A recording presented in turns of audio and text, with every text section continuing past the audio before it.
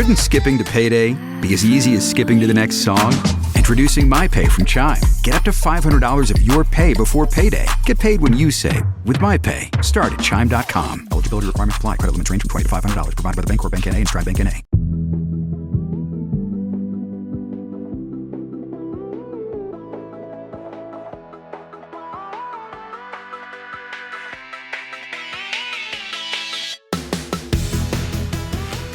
Hey, I'm Candice Lim, and you're listening to ICYMI. In case you missed it, Slate's podcast about internet culture. And joining me today is the host of Pop Culture Debate Club from Lemonada and the BBC, and the winner of 3 Ambies this year. It's Ronald Young Jr. Hello, Ronald. Hello, my old friend and colleague, Candice Lim. How are you? I'm so good, Ronald, because guess what? We are speaking days before the 2024 presidential election. Don't remind me.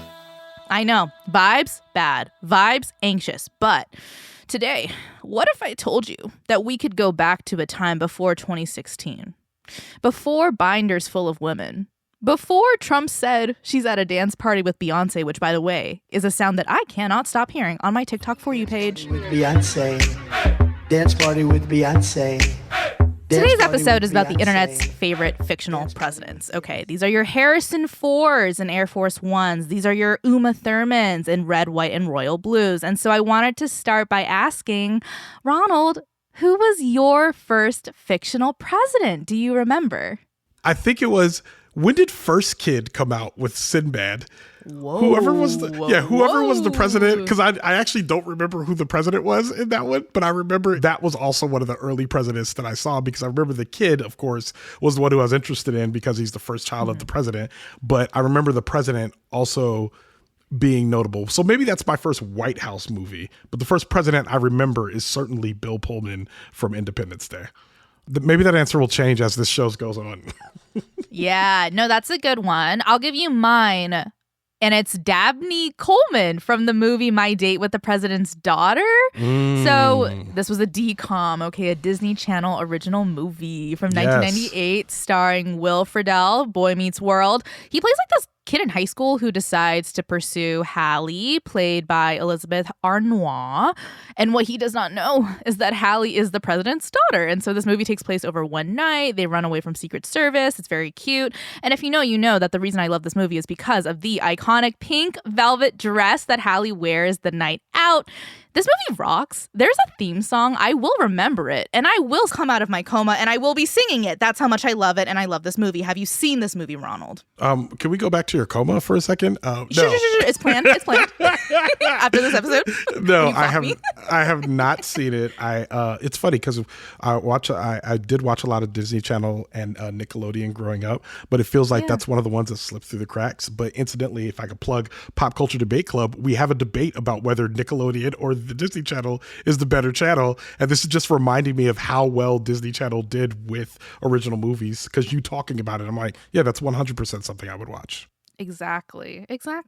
And so those are 2 of our first memories of the presidential office. But the great news is that we have so many more names to go through. So in today's episode, we're talking about our favorite and the internet's favorite fictional commanders-in-chief.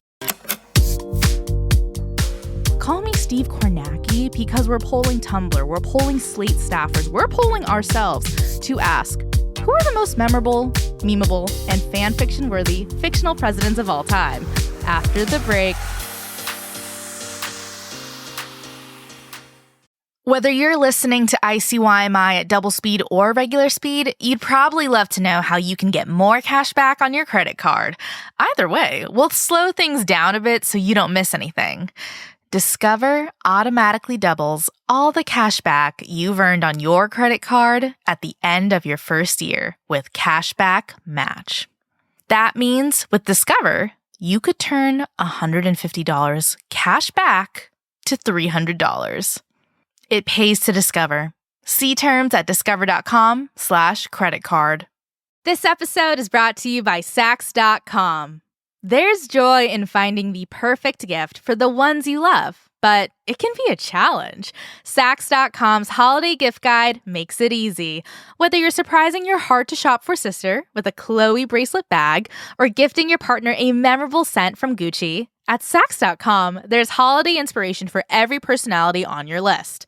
I love using Saks.com because it is clean, easy to use, and so fun to scroll around for inspiration. I'm currently on the hunt for a really nice winter coat, and I'm also looking to put together some fun holiday looks, especially with all these Christmas parties coming around the corner. Now, thankfully, Saks has me covered because they have everything my friends have been begging me for, from Le Labo candles to Jo Malone London perfumes. And while I'm there, I might as well throw in these really cute Michael Kors boots I've been dying to gift myself. Saks.com's hand-picked guide can help take the stress out of the holidays. Add instant cheer to your home with some bright decor. Find gifts guaranteed to bring joy to everyone this holiday season at Saks.com. That's Saks.com for the ultimate holiday gift guide and all the shopping inspiration you need. Hey listeners, hope you're enjoying today's show. If this is your first time listening, then welcome. We are thrilled to have you here. In case you missed it, our show comes out twice a week on Wednesdays and Saturdays, so make sure you never miss an episode, like this past Wednesdays on the messy breakup between country singer Zach Bryan and Barstool Sports personality Brianna Chicken Fry LaPaglia. And we're back. I am here with the host of Pop Culture Debate Club, Ronald Young Jr. Now, our team wanted to do this episode because it seems like before 2016, you'd go online, see a lot of posts and pictures and memes of the internet's favorite presidents, both fictional and real, and Tumblr definitely seemed to be a big home for this. But since 2016, that image of the White House, of the presidency, seems to have been tarnished. I wonder why. But what do you think, Ronald? Do you feel like since 2016, have things really changed in terms of the way that the internet talks about the presidency? You know, it's funny because I know we're going to get into this, but it feels like what we imagined the presidency to be and what we wanted the presidency to be, that view has shifted over the last, like not just since 2016, I would say probably since 2000, if we're being honest with ourselves. It's been like steadily shifting in a direction. And I would say in the last 8 years, it has drastically shifted in this new direction, because there used to be a time when this president was this idealized position that someone was in, that we respected, that was bringing the country together. And so if you portrayed that in media, the most idealized version of what I just said was something that we were all going to love. Like, yes, that's exactly what we expect a president to be. But in reality, what we get is this deep partisan divide that is ruled by these leaders who are very, very tribal in the ways that they rule. So it does make it harder for us to actually discuss this idealized version of the president when reality has kind of run rampant and made it so that we can't even dream about having a dream president anymore. Yeah. I mean, we are talking during an awards season where one of the films in that conversation is The Apprentice, which stars Sebastian Stan as a young Donald Trump. And I think post-2016, the internet has kind of inflicted this like feedback loop into film and TV where writers, producers have to be very careful about how presidents are portrayed, because we're just not in Veepland anymore where you can just let the viewers guess what Selena Myers' politics are. You have to be very clear or you will be called Trump-coded. And so let's turn the page into fictional presidents that we actually liked on the big and small screens. Ronald, I want you to go first. Who was your first favorite fictional president? Well, I would say Bill Pullman as Thomas J. Whitmore from Independence Day. I love this portrayal. I return to this movie every few years or so. There was a time when I watched it over and over when it came out in 1996. I was in the 6th grade. Oh, no, I was actually going to the 7th grade. So I really thought I was grown back then. And I really enjoyed this character because he is a president. There's conversation about him being too young for the job.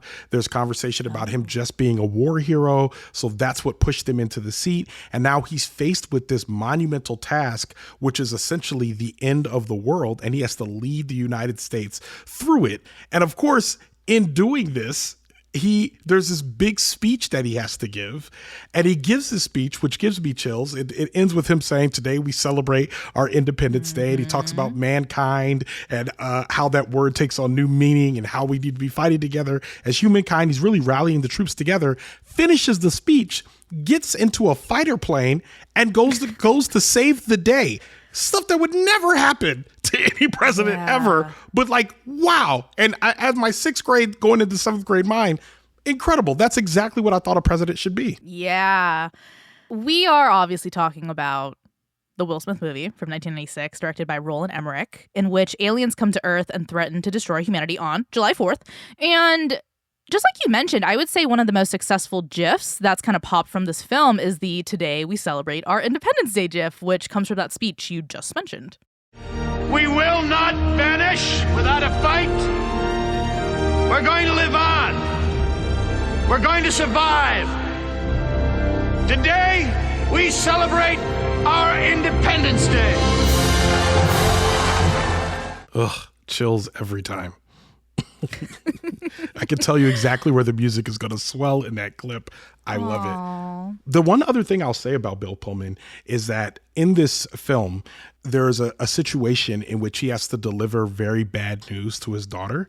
And he does it. I remember even watching it as a child and then sometimes as an adult, watching this happen and seeing this interaction he has with his daughter. At the time, I was like, man, that's heavy. That would be terrible. And then I kind of went through a similar loss situation recently where thinking about the framing of that and understanding how they're suffering all this loss. And then they have this deep personal loss. And he has this moment with his daughter where he's sitting in the hospital waiting room, and it's just so tender. And it just felt like just such the range of what you would want to see in a president. You'd want him to be tender, you'd want him to be a fighter, and you want him to be inspirational. And he does all of those things in this film.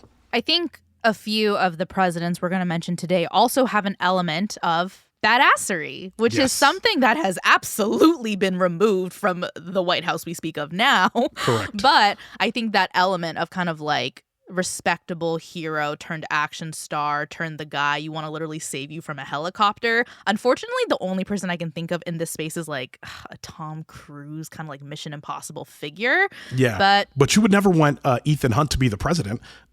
No.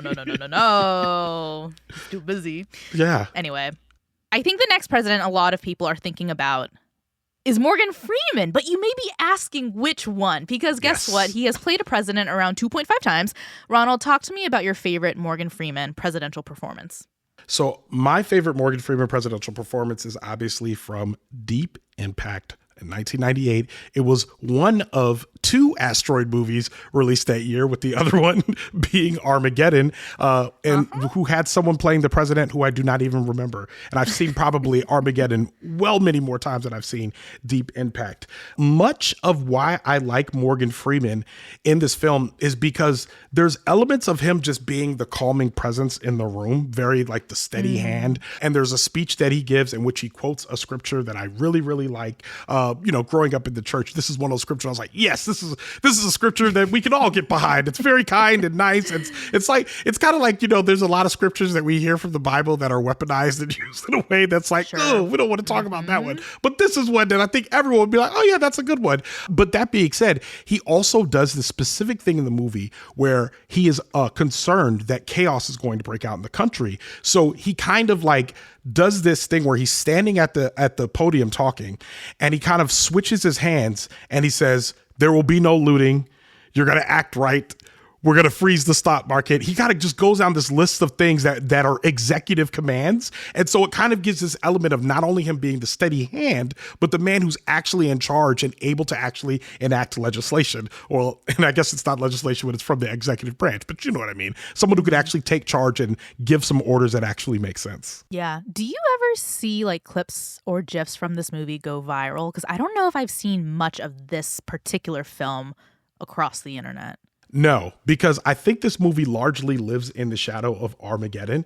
And it's actually kind of surprising because I think without Armageddon, this movie would probably have had a bigger deeper impact on the world, but because it was up against another movie about an asteroid, this one didn't quite do so well. I mean, it had a pretty good cast. It starred Elijah Wood, of course, Morgan Freeman, Téa Leoni, Lily Sobieski, like Jon Favreau was in this movie, Blair Underwood was in this movie. There was quite a few stars when they were doing well, like at the height of their acting careers in a lot of cases. So it feels like, because it lives in the shadow of Armageddon, you don't get nearly as much like GIF-ability or meme-ability that comes out of it. Yeah. But I mean, the path of the internet is long and bends towards humor. So you never know what's going to come up in the next few years. Yeah. And it's funny because Morgan Freeman has also played a president in the 2019 movie Angel Has Fallen, which brings us to another fictional president, one that you love. Aaron Eckhart in the 2013 film Olympus Has Fallen. Speak to me about this. It's funny because Morgan Freeman plays Speaker of the House in Olympus Has Fallen. So by the time you get 2 movies later to Angel Has Fallen, he has somehow become president. And I don't know if it's through election or through him just, winning the office because other people died, because people die in these franchises. But I think he comes forward as the elder statesman. And I think some of the gravitas that existed in him playing the president before is something he just easily goes back into that role very, very much. He's well suited to play a president. But in this case, he's just the Speaker of the House, and Aaron Eckhart is the president.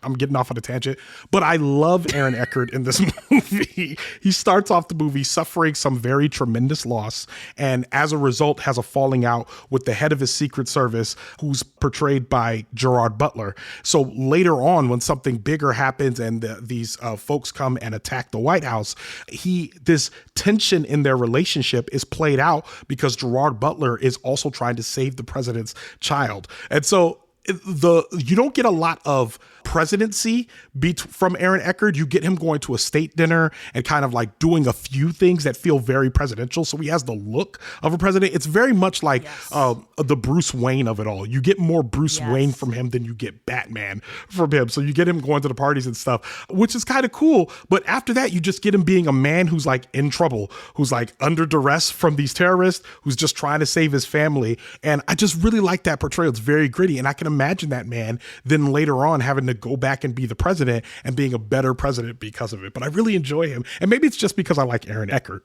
I love this pick because we don't talk about Aaron enough. Okay, Aaron Eckhart is one of the most canon rom-com actors in my book. He walked so James Marsden could run.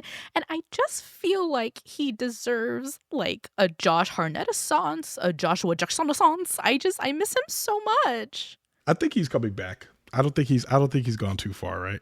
Well, let's take a quick turn because I think it's khakis time, all right? We asked people across our company, Slate, from the news, politics, culture desks, and we wanted to get a take on some of their favorite fictional presidents. I'm going to go through a few, Ronald. Tell me how you feel about them. Tell me your favorites. Starting with Dennis Haysbert from the TV show 24. Is this your ministry? Yes. Talk to me about it. Let me tell you, my mother, may God rest her soul, loved 24, loved it. We watched it all the time. And we watched it like back when it came out in the early aughts. She had them on DVDs. I remember, let me tell you how much she loved it. I walked into the room one day and back then when you watch stuff on DVDs, you had to like wait for the FBI warning and when you were switching discs and all that. And I walked in and she was switching discs and I interrupted her to ask a question. She was like, Ronald, I got this down to a science. Leave me alone. And so she wanted to waste as little time between finishing one episode and watching the next one. But we as a family loved this portrayal of the president. It felt like our first black president. And I know I just talked about Morgan Freeman before, but this was a president that was like in peril. You know what I mean? And they picked Dennis Haysbert, who's like, just, you love listening to his voice. He feels very capable. It's just, I really enjoy this performance and it feels deeply personal to me and the Young family. Yeah. So I know Dennis Haysbert as the double agent Bob Anderson from Brooklyn Nine-Nine in those 1 or 2 episodes. And I just think 24 is such an interesting show. You know, he played President David Palmer. This is a show that stars Kiefer Sutherland as Agent Jack Bauer. And the vibe I'm getting is that David Palmer was just like this very moral character. He loved his family. He was the goodest guy. And he definitely held that like aspirational presidential human thing. And, you know, he was treated as an example of what the America Kiefer Sutherland was trying to protect. And it's interesting. This character was the 44th president on the show. Barack Obama, ends up being President 44 in real life. And Bill Burke wrote an interesting piece for the Boston Herald about how Dennis Haysbert's portrayal might have helped Obama get elected. I don't think that's that far-fetched, because if you imagine, if you're only listen, I know we can never prove this, right? But I just feel like the idea of like, if we could only imagine a black president being Morgan Freeman before Obama comes along, like Dennis Haysbert definitely feels like a good bridge. But if I could just throw in an interesting piece of trivia, is that his brother is played by D.B. Woodside, who is also in the series as Wade Palmer, and he also becomes the president. So, like, imagine me watching a series in which two black people become the president of these United States. It was incredible to watch. And it also made me love D.B. Woodside moving forward in his career. He ended up playing in The Night Agent, which is another little underrated show. love The Night Agent. I love The Night Agent so much. We should talk about it later. Okay, sorry. I just freaked out. Done. Can't wait for season 2. All right. So the next name that came up a lot in our conversations offline was Michael Douglas and the American President. Ronald, are you never seen it? Same. Never seen it. Two Can't Essies relate. telling each other exactly. Can't relate. I know people like it. I know it is a movie, but never seen it. Can't relate. Don't know anything about it. Yeah, so here's why Michael Douglas came up. Okay, this is a 1995 film directed by Rob Reiner, written by Aaron Sorkin. Where Michael Douglas plays President Andrew Shepard, a widower who falls in love with an environmental lobbyist played by Annette Bening. And here's the thing. We had one staffer say that Michael Douglas was the best rom-com movie president, but the best action movie president with the best one-liner was none other than Harrison Ford and Air Force One. Ronald, jump in. Get off my plane, Candice. Get off my plane. First of all, me and my sister used to watch that movie and study it growing up. It was one of the only rated R movies that our parents let us watch, and we watched it over and over and over again. From the time that he calls the White House to let them know I'm the president and I'm trapped in the bottom of the plane, and till they hang up on him and he calls them back and he's like, no, I'm really the president, and he has to cuss out the lady in order to get people on the phone. It's great. He's also defending his family. He's dealing with a diplomatic crisis that he's trying to fix, and he just gave the speech. Like, it was incredible. And they picked such, like, Harrison Ford was in his most Harrison Fordiest. We didn't even know that there was going to be a Harrison Ford renaissance that, like, we're currently in right now. We didn't even know that was coming, as opposed to, like, at the time he's just like action movie, Secret Service agent, FBI agent, CIA agent, and now he's the president, and it worked. Oh my God, get off my plane, Candice. I will get off your plane because I want to talk about Aaron Sorkin one more bit, because we got to talk about The West Wing, and we must talk about Martin Sheen playing President Jed Bartlett in The West Wing. Here's the deal. I feel like The West Wing definitely has gotten a bit of a election treatment, because it's kind of reemerged into the cultural consciousness, especially after hitting Netflix. But I think we're also in a time where we don't really have that Aaron Sorkin-y type of show on television right now. And the thing is, I just feel like all of the characters on The West Wing would kill on Twitter. I think they would absolutely kill on Twitter. And I think the last time we had this, like, distinctly West Wing vibe in the culture was when the, like, Crooked Media Boys first started Pod Save America. Like, to me, they were kind of the successors of the West Wing shift. But are you a West Wing person? I am not. I am the same as the American President, which I know is kind of the origin story of the West Wing. I've never seen it. I've had plenty of people. My friend Sarah will probably cuss me out and be like, she loves that show. I'm interested in seeing it, but I never have. Now, let me ask you this. How do you feel about my favorite fictional president, Selena Meyer from Veep? Okay.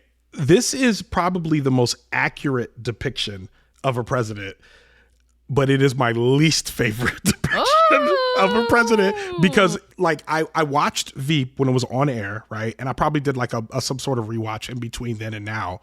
I watched Veep earlier this year, and I laughed the least I ever have at this, because so much of it felt like what is happening right now. And it doesn't feel like the escape from politics that I'm looking for anymore. We don't get any more idealization. We're getting very much reality. And so because of that, it makes it harder for me to look at this portrayal and say that I like it as much as I'm like, yo, I know it's accurate, but that's not what I'm watching TV for. Yeah, I think you're onto something. You know, this is a show created by Armando Iannucci. It won Julia Louis-Dreyfus 6 Emmys in a row. Well deserved. I think it's funny that this year has like really been the year of Veep. You know, it got a huge internet resurgence this summer, especially when Joe Biden dropped out of the presidential race. Kamala Harris steps in as the VP, as the Democratic nominee. And it really felt like the Veep writers had predicted this entire timeline, like you mentioned, including everything that really led up to the 2016 election.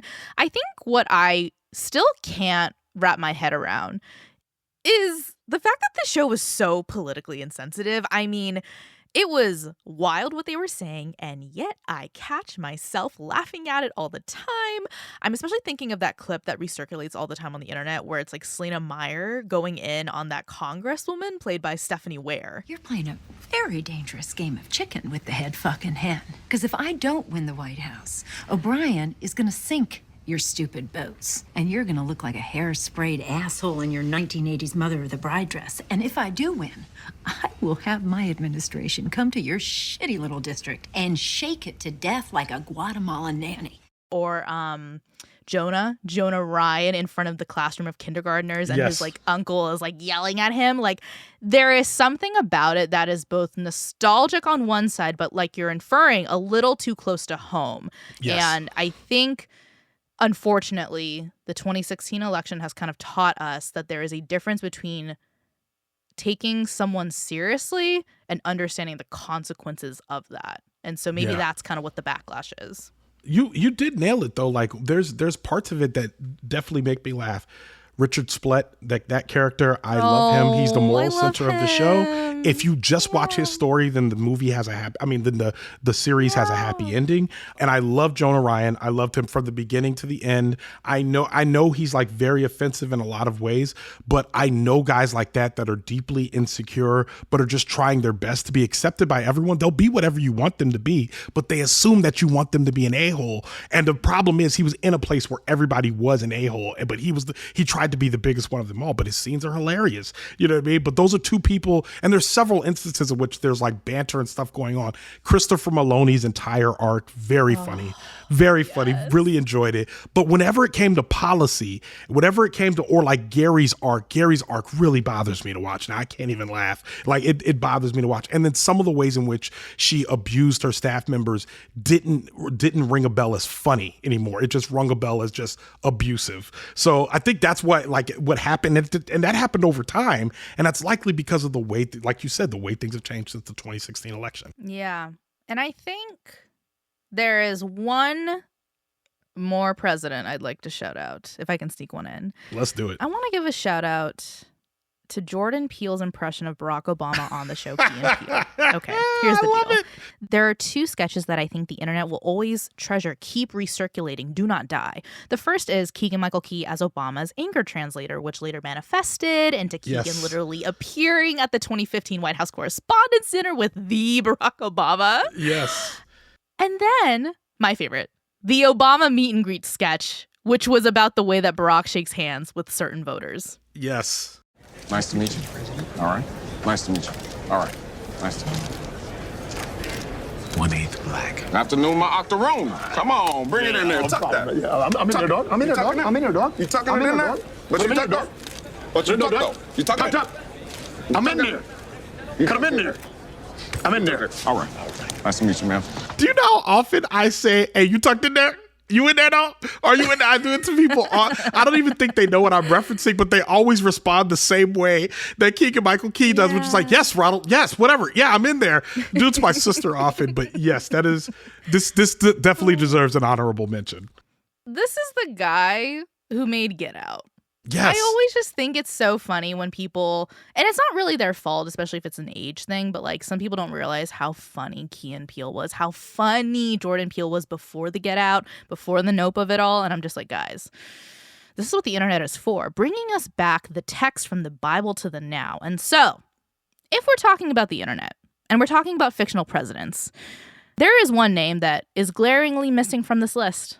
Oh, but my Olitzers, my scandal heads, don't you worry, because we're going to take a break. And when we come back, Ronald and I are going to dissect and discuss how Fitzgerald Grant of Shondaland fame became the internet's favorite fictional president.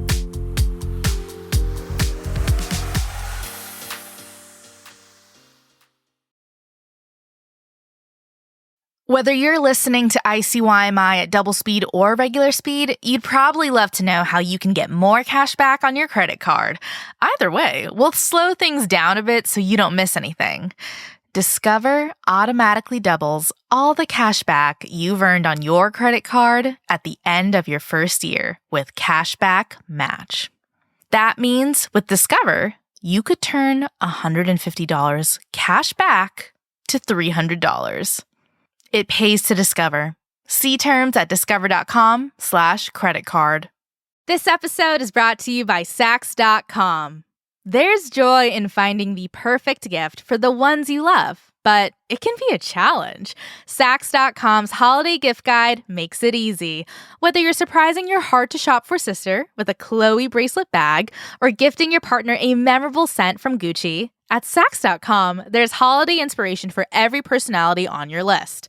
I love using Saks.com because it is clean, easy to use, and so fun to scroll around for inspiration. I'm currently on the hunt for a really nice winter coat, and I'm also looking to put together some fun holiday looks, especially with all these Christmas parties coming around the corner. Now, thankfully, Saks has me covered because they have everything my friends have been begging me for, from Le Labo candles to Jo Malone London perfumes. And while I'm there, I might as well throw in these really cute Michael Kors boots I've been dying to gift myself. Saks.com's hand-picked guide can help take the stress out of the holidays. Add instant cheer to your home with some bright decor. Find gifts guaranteed to bring joy to everyone this holiday season at Saks.com. That's Saks.com for the ultimate holiday gift guide and all the shopping inspiration you need. Introducing My Pay from Chime, a revolutionary new way to get paid. Let's say new dates to your favorite band's sold-out tour drop Tuesday, but you get paid Friday. Life doesn't wait for payday. With My Pay from Chime, you can get up to $500 of your pay before payday. No interest, no credit check, no mandatory fees. My Pay. Get paid when you say. Start at Chime.com. Eligibility requirements apply. Credit limits range from $20 to $500. $2 fee to get funds instantly. Provided by the Bancorp Bank N.A. and Stride Bank N.A.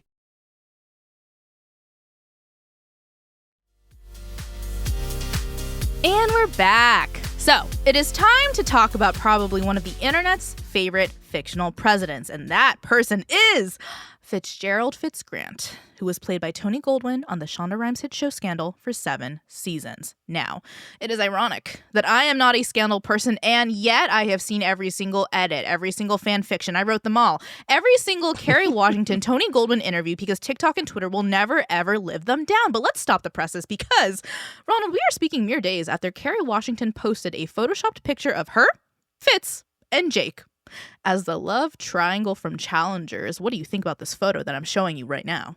The problem is I know more about Fitz than I do about Jake, but I have seen Challengers. So looking at this, I'm like, I'm trying to make sure I understand what the connection is between these two sets of things. You know what I mean? But yeah. I mean, I get it. It's a way to stay relevant. Kerry Washington, I like it. Yeah. I think what's really funny about this post is this is so me behavior. Because let me be very clear, this is totally photoshopped. Like, all 3 of these people are not in the same room. But this is something I would do with, like, me and the Vampire Diaries boys in my room when I was 12. And so to see Carrie be so me-coded so publicly, it makes me realize that she is probably the engine pushing Olitz forward. But let's get to that. Ronald, are you a Scandal person? What's your relationship to Fitz? Or should I say Olitz?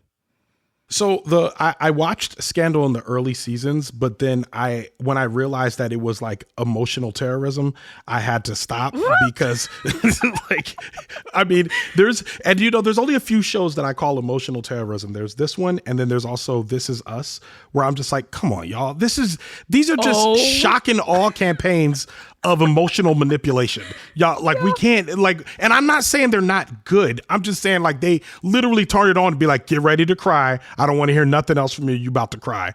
And so when I realized that that's what was going on with Scandal, I had to stop watching. But one scene that I distinctly remember is there was something had happened between the two of them, between Olivia Pope and Fitz. Something had happened between Olivia and Fitz, and she was walking away from him in the White House. She was walking away, like doing this walk, and then all of a sudden you see him come up behind her, and he's walking, and it's this very dramatic scene, and then he pulls her into a room, and they start making out, and they have sex after they decided that they like weren't going to do this.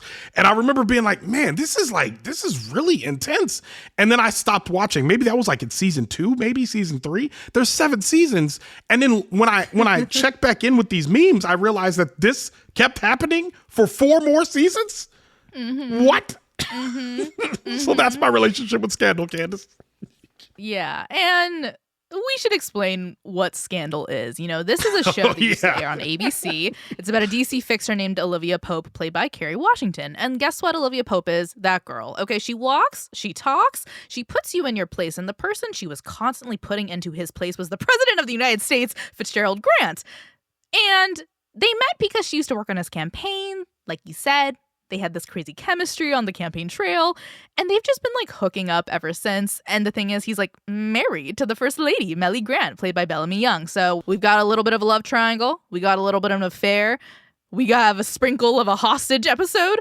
Yeah. And I think the reason that the internet has been so successful at shipping Olets is because this was like a traditional network TV show. There were 22 episodes per season. There's 7 seasons. There's just like so much content to draw from and clip and remix and edit into a best moments video.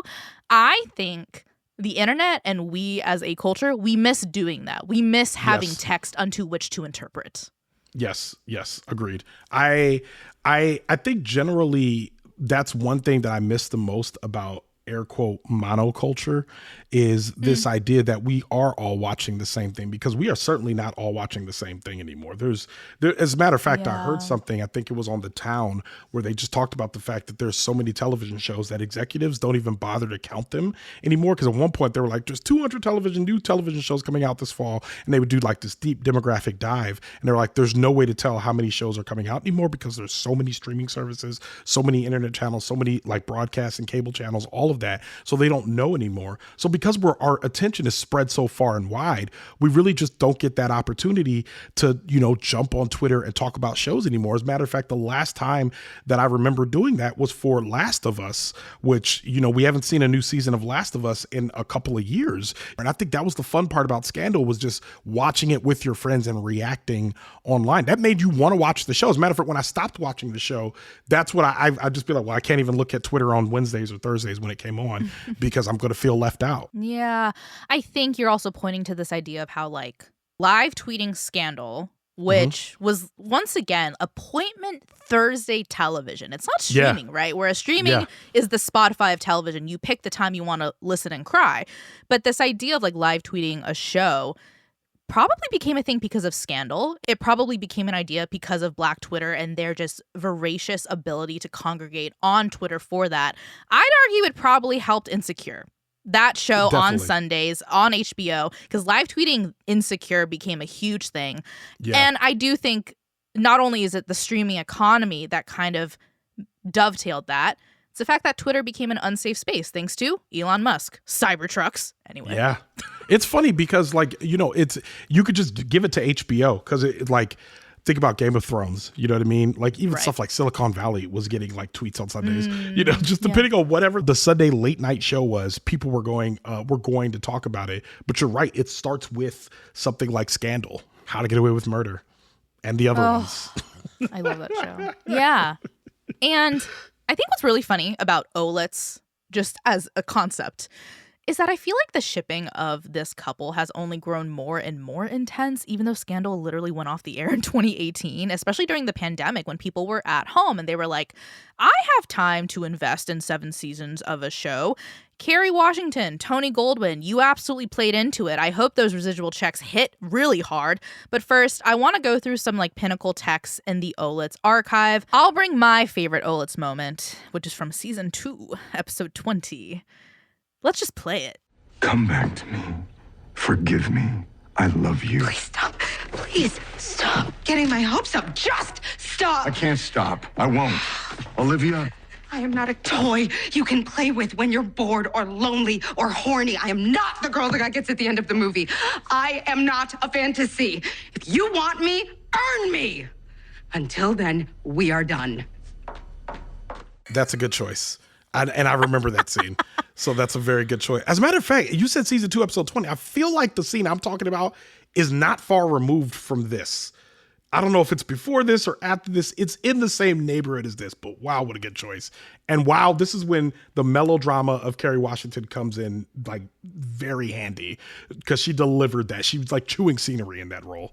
Oh, it's her screaming, earn me. It's the click-clacks of the heels. It's the way that it's the way that President Fitz has this woman screaming in his face and he still wants her. You can see it. He is hungry. He's like running the country is nothing compared to this moment. And I'm like, same. And I'm like, same. And this man has control of the nuclear football. Come on. Literally. Whew. Okay. Now, let's go to reality because, like I said, I really believe that Kerry Washington and Tony Goldwyn, they really push the messaging, okay, on Olitz. They have a lot of really great moments off screen that just somehow get on the internet and become like viral moments. Let me bring 2 of my favorite Kerry Tony moments. So the first one comes to us in February of 2022. Kerry does a series on YouTube. It's called like Street You Grew Up On. She does one with Tony. And this conversation was held to like encourage people to get out and vote in November. But there is this moment that is clipped, chopped, regurgitated on Twitter constantly. And it was the moment that actually made me convinced of like, oh, they should be together because Tony is talking about his mother and Kerry responds to the cute story he just told her. Thank you for saying what you said about your mom, too. I feel like I just know how lucky I am to have both of mine still. So that was really moving when you said that. And yeah, that sounds really fun. My mother would have loved you. Oh, I love her. She did good. She did good with her youngest. She did good. Wow. Way to shoot your shot, Tony Goldwyn. My mother would have loved you. Yeah. Woo! Yeah. Wow. What I love about this clip is that I think Tony Goldwyn's just like in his bedroom or something, but the vibe is very 2 high schoolers FaceTiming while doing AP US history homework. Correct. And there's an intimacy there. You're bringing up mothers. Yeah. Uh-oh. I love it. My second one is a bit of a flub, but during the pandemic in April 2020, Kerry and Tony did an IG Live. It was like a very cute convo, but there's this like amazing part where Kerry asks Tony, what's your favorite season? And they're just pulling from like audience questions. And this is what she asks. This is his response. Do you have a favorite season? My favorite season is fall. No, of the show, I think. Oh. Wow. Oh my God. Okay, so. But fall is really beautiful because the maple trees never come here up in Vermont. You can see that I have not changed one bit in the 2 years since we finished Scandal. Yo, just do it already. What are we talking about here? just do it already. Sheesh. Yeah. And I'm just thinking about it. You know, we've put a lot of names on the board today, a lot of A-list names. And therefore, I want to end with this question. Ronald, who would you like to see portray a future fictional president? Has Tom Hanks done it yet? I don't think he has. I think Tom Hanks would make a good future fictional president. I mean, after Captain Phillips, I really feel like that was a true demonstration of like this man's range. Like if you go from the beginning to the end of that movie. And I'm trying to think of like a younger actor who could do it. Right. Maybe, I don't think so. But the guy from The Bear, Jeremy Allen White. Whoa. Oh, Glenn Powell. Whoa. Glenn Powell could play president. Glenn Powell could play the president. You know what? Michael B. Jordan could play president. Oh. Michael B. Jordan could do it. I don't know. I think any of them. I would love to see any of them. I'd love to see a new definition of the president. But now it's also making me realize that like we just don't get that many portrayals of the president anymore. So yeah, I don't know. I'll keep my eyes peeled. Seth Rogen. Yeah. I just threw him in there. I think Glenn Powell, absolutely. Give it like 10 years, it'll work. Yeah. I think Michael B. Jordan, we need him back, and I actually think it could win him the Oscar. I really think it could. Yeah. I'm going to add one more name to this list. It's personal. Sure. Jacob Elordi. Jacob Elordi. Okay. Look. I see a lot of heads shaking, and I'm going to make them nod because okay. I just think that after playing Elvis and Priscilla, he just has that like tallness, that Abraham Lincoln-ness to like play a fictional president. But also, I think we just give it 5 years. I really think he could win the Oscar for like a JFK biopic. I think he could do it. Ronald, don't you agree with me? I do not agree with you, Candice. And okay. I have not been able to see past his I know he's not this character, but he is so bad in Euphoria. Like it's now every time I see him, I'm just disgusted by Jacob Elordi. And I'm sure he's a fine person. Please don't come after me. Please don't at Candice or Slate or any of us. But I'm just like, I see him and I'm just like, ooh, I don't like this guy. So I don't know if I can trust him as president, Candice. Okay, but are you not buying a ticket with your AMC A-List subscription to Jacob Elordi as Abraham Lincoln? I would not pay for it. I would go to a press screening. Okay. Searchlight Pictures. I just gave you a pitch. Let's go.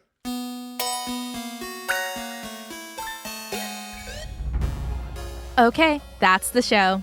I want to thank Ronald Young Jr. for joining me on today's episode. You can find him on Twitter at @OhIt'sBigRon, and you can listen to Pop Culture Debate Club wherever you get your podcasts. We'll be back in your feed on Wednesday, so definitely subscribe. That way, you never miss an episode. Leave us a rating and a review in Apple or Spotify, and tell your friends about us. You can follow us on Twitter at ICYMI_pod, and you can always drop us a note at ICYMI@slate.com.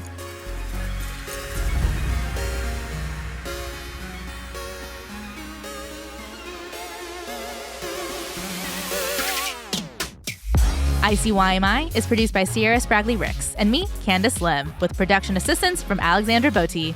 Daisy Rosario is our senior supervising producer, and Alicia Montgomery is Slate's vice president of audio. See you online or on Air Force One.